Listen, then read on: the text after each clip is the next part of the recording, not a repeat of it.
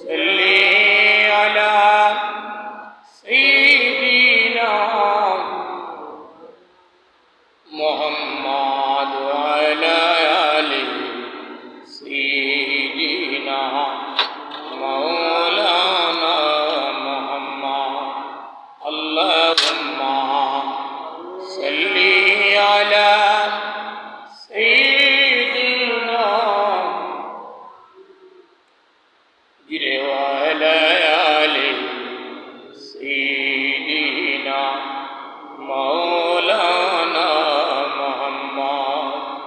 আলহামদুলিল্লাহ। জিরে বলি আলহামদুলিল্লাহ। আলহামদুলিল্লাহ। আরে জিরে বলি আলহামদুলিল্লাহ। আলহামদুলিল্লাহ।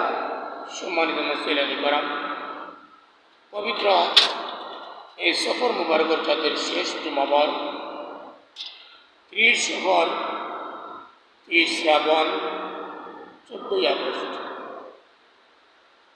2026 ইংরেজি, এই পবিত্র সফর মুবারকের চাঁদের শেষ জুমাবার রব্ব করিম আপনাকে আমাকে জুমার নামাজ আদায় করার জন্য মসজিদে আসার, দিনী আলোচনা শোনার, আখিরি নবীর উম্মত হিসেবে দুনিয়ার জমিনে বাসার রব্ব করিম আমাদেরকে নসিব করেছেন। এর জন্য মোহব্বতের সাথে আমরা জিরে বলি আলহামদুলিল্লাহ। আলহামদুলিল্লাহ। আরে জিরে বলি আলহামদুলিল্লাহ। আলহামদুলিল্লাহ। জিরে বলি সুবহানাল্লাহ। সুবহানাল্লাহ। আলহামদুলিল্লাহ। আলহামদুলিল্লাহ।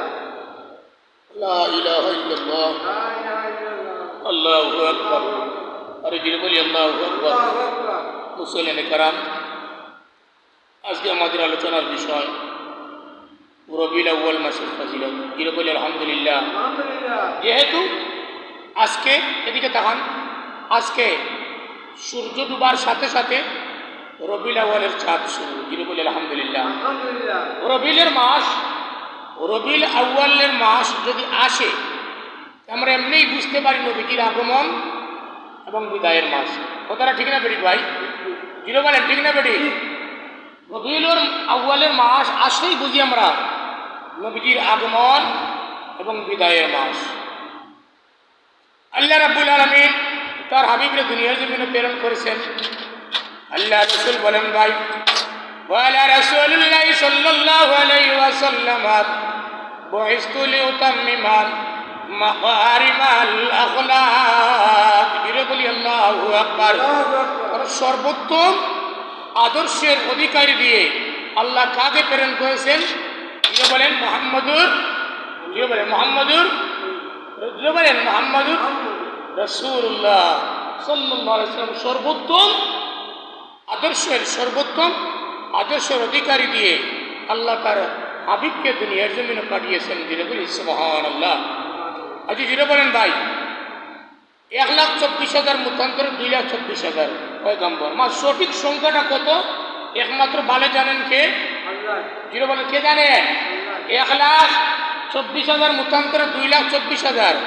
এটা সঠিক হতেই পারে, নাও হতে পারে। সঠিক কত নবী পয়গম্বর আল্লাহ দুনিয়ার জমিনে প্রেরণ করেছেন একমাত্র কে জানে? আল্লাহ জানেন। এত নবী, মনে করেন 1,24,000 মতান্তরে 2,24,000 নবী পয়গম্বরের মধ্যে আল্লাহ রাসূল কতজনকে বানিয়েছেন? জিরো বলেন। রাসূল কতজন? 313 জন। জিরো বলেন কতজন? এদিকে তাকান, কতজন? কি?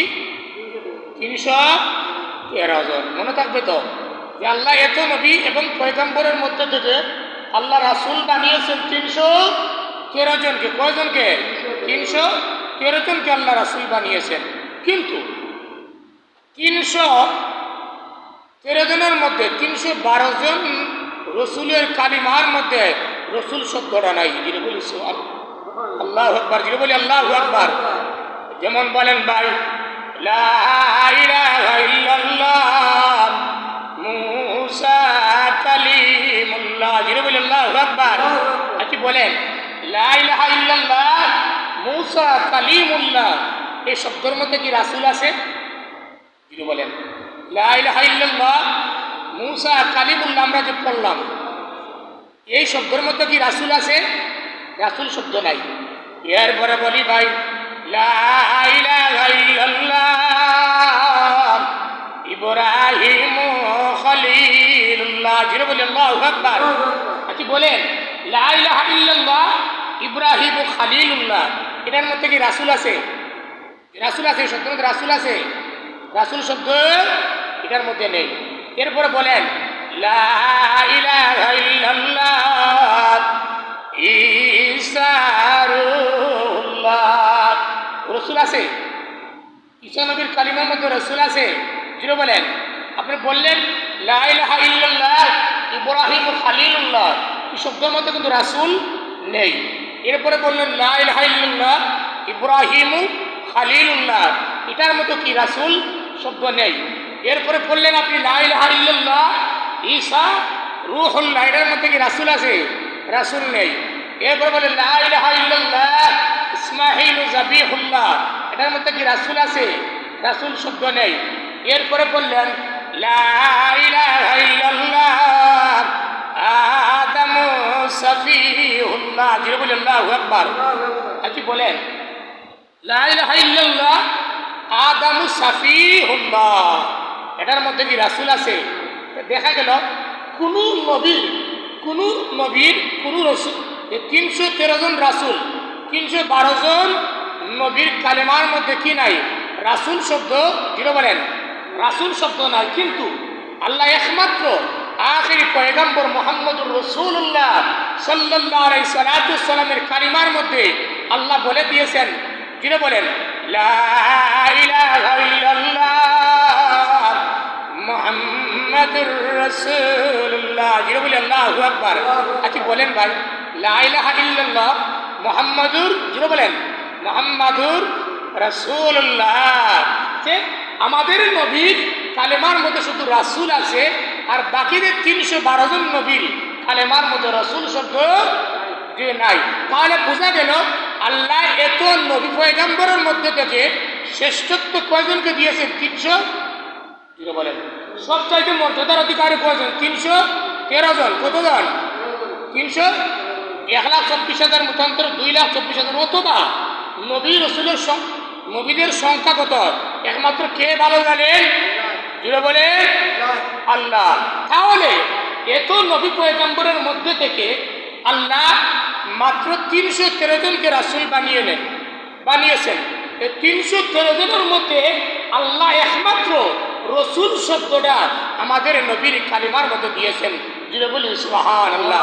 তাহলে বোঝা গেল সমস্ত নবীর মধ্যে 313 জনের মর্যাদা বেশি, আর সমস্ত নবী এবং এই 312 জনের মধ্যে থেকে আমাদের নবীর মর্যাদা, জিরো বলেন মর্যাদা বেশি। তাহলে ভাই রবিউল মানে হচ্ছে বসন্ত। রবিউল মানে কি? জিরো বলেন বিসমিল্লাহ।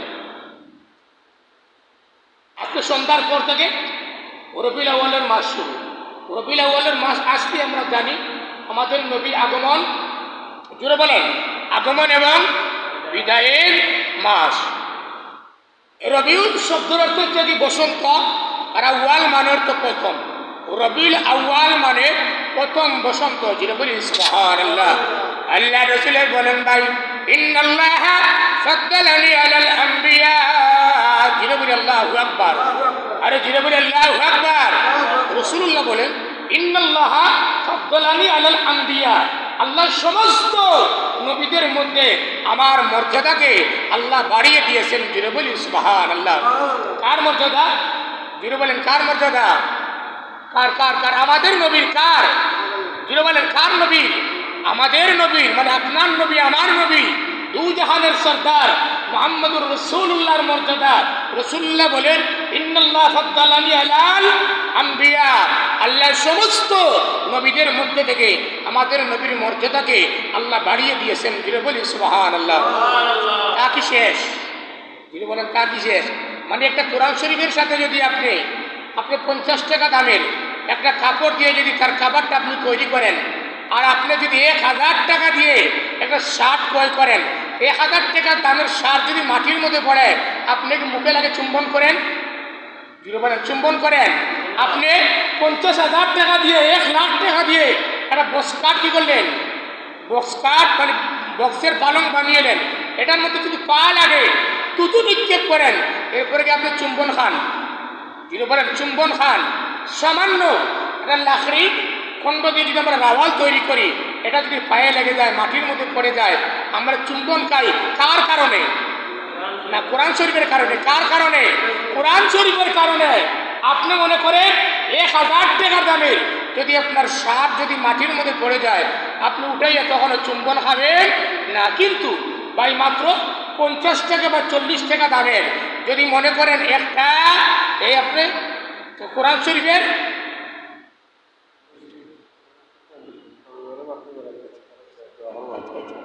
মনে করেন একটা 50 টাকা দামের যদি একটা কাপড় দিয়ে কোরআন শরীফের আপনি খাবার তৈরি করেন, খাবারটা যদি হঠাৎ করে যদি আপনার পায়ের নিচে অথবা মাটির মধ্যে পড়ে যায়, তাহলে আমরা চুম্বন করি কি করি না? তাহলে আমরা চুম্বন করি কি করি না? জিরো বলেন, করি কি করি না? কেন? এই কোরআন শরীফের কারণে সামান্য 50 টাকা দামের কাপড়ের মূল্য বৃদ্ধি হয়ে গেছে। কথাটা ঠিক না বেটির ভাই? তাহলে রসুল্লাহ বলছেন ইন্নাল্লাহ ফাদ্দালানি আলাল আম্বিয়া, সমস্ত নবীদের মধ্যে আমি নবীর মর্যাদা বৃদ্ধি করে দেওয়া হয়েছে। তাহলে নবীর মর্যাদা যদি বৃদ্ধি করে দেওয়া হয়, তাহলে উম্মতের মর্যাদা কমবে না বাড়বে? জিরো বলেন, উম্মতের মর্যাদা কমবে না বাড়বে? জিরো বলেন, কমবে না বাড়বে? বাড়বে। তার দলিল আল্লাহ রাসূল বলেন ভাই ফাদ্দালা উম্মতি আলাল উমাম। জিরো বলি আল্লাহু আকবার। যেমন হাদিসের শেষ অংশ হয়েছে ইন্নাল্লাহ ফাদ্দালানি আলাল আম্বিয়া ওয়া তুফাদ্দালা উম্মতি আলাল উমাম। নবী বলেন ইন্নাল্লাহ ফাদ্দালানি আলাল আম্বিয়া, সমস্ত নবীর চাইতে আমার মর্যাদা বেশি রে ভাই। আর অপর দিক হচ্ছে গিয়া তুফাদ্দালা উম্মতি আলাল উমাম, আর সমস্ত নবীর উম্মতের চাইতে আমার উম্মতের মর্যাদা আমার আল্লাহর কাছে বেশি। জিরে বলি সুবহানাল্লাহ।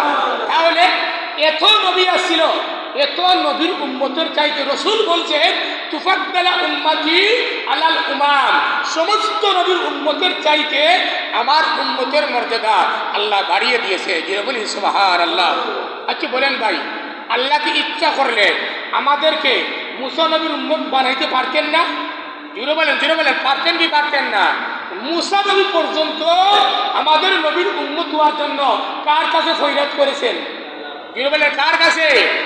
আল্লাহর কাছে। তাহলে অন্য নবীর উম্মত, এদিকে দেখান ভাই, সমস্ত মুসা নবী বলেন, ঈসা বলেন, ইব্রাহিম বলেন, ইসমাইল বলেন, দাউদ বলেন, জাকারিয়া বলেন, যত নবী আছে সমস্ত নবীর উম্মতেরা শেষ পর্যন্ত তাদের নবীর আদর্শকে ধরে রাখতে পারে।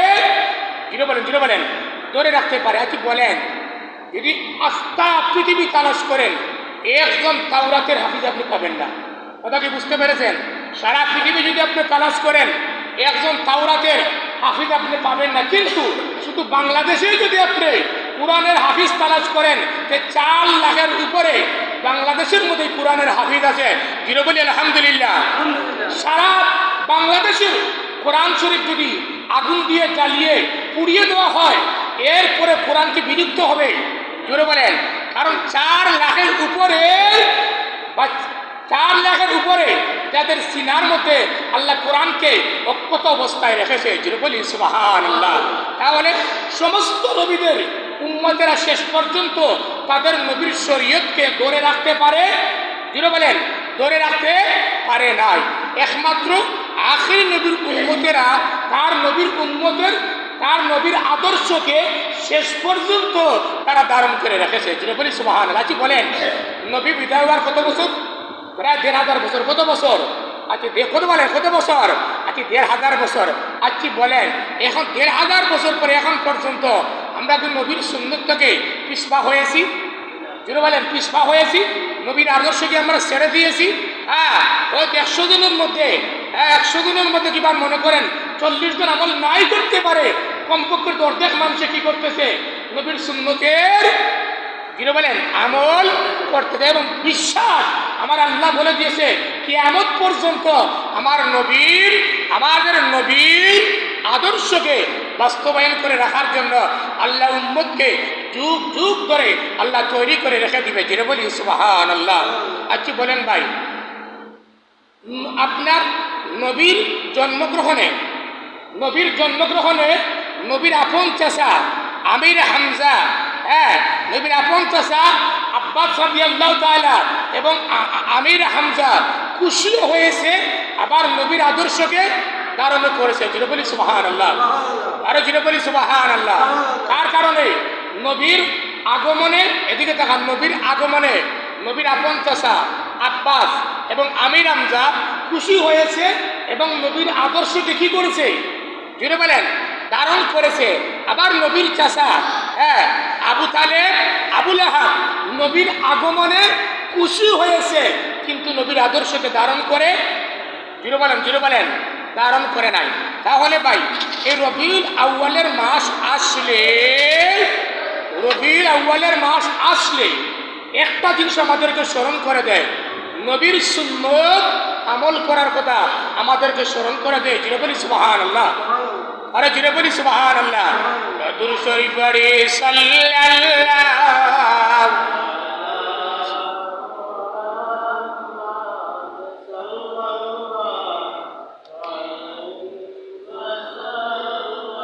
আমার মুসলিম কেরাম, নবী নবী কত বছর দুনিয়ার জমিনে ছিলেন বলেন, জুড়ে বলেন, কত বছর?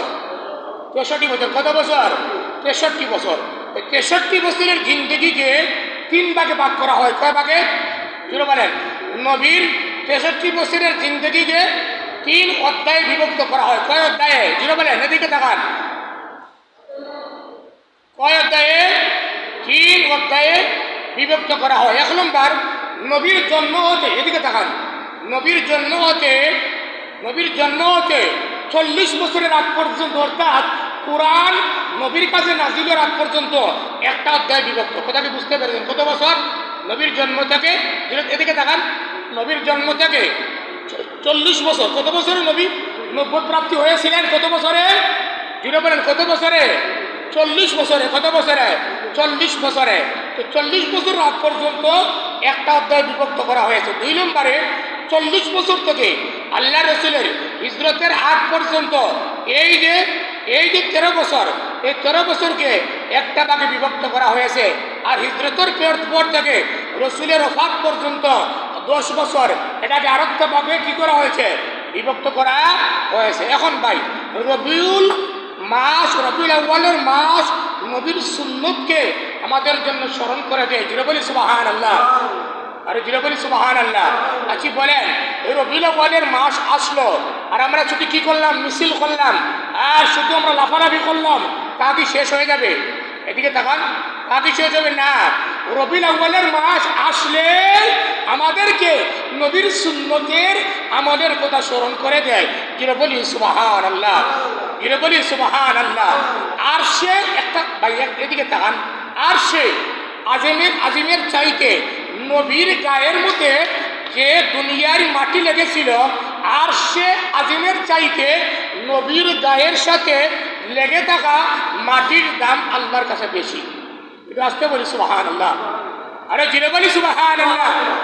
যে আর সে আজিমের চাইতে, বুঝতে পেরেছেন? কার চাইতে? আর সে আজিমের চাইতে নবীর গায়ের সাথে যে মাটি লেগেছে দুনিয়ার জমিনের, আর সে আজিমের চাইতে নবীর গায়ের সাথে লেগে থাকা মাটির দাম আমার আল্লাহর কাছে বেশি। জুড়ে বলি সুবহানাল্লাহ। তাহলে ভাই নবীর সুন্নত, এই রবিউল আউয়ালের মাস আসলেই নবীর সুন্নত আমাদেরকে কি করে দেয়? স্মরণ করে দেয়। ভাই ইমাম আহমদ ইবনে হাম্বল রহমতুল্লাহ আলাইহি রে ভাই বন্ধুদের সাথে যখন নদীর পাড়ে গোসল করার জন্য গেলেন, ভাই রে ইমাম আহমদ বিন হাম্বল যুবক মানুষ যখন তার বন্ধুদের সাথে নদীর পাড়ে যখন গোসল করার জন্য গেলেন, সব বন্ধুরা কাপড় খুলে ফেলল। আচ্ছা বলেন, সবাই যদি নৌকাবাজ প্রতিযোগিতায় যায়, হ্যাঁ,